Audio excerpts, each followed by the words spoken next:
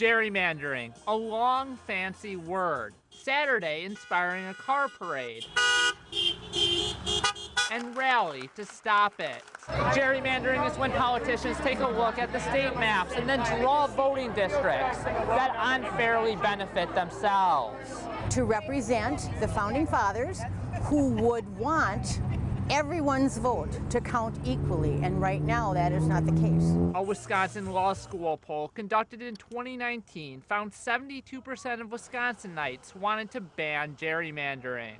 What's on September 27th? Lobby Day! Lobby Day is in Madison. Opponents of gerrymandering say it reduces voter turnout.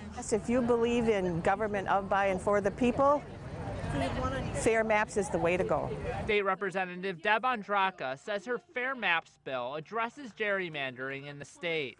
This bill would create an independent, citizen-led commission representing all parts of the state and political parties to draw our political maps.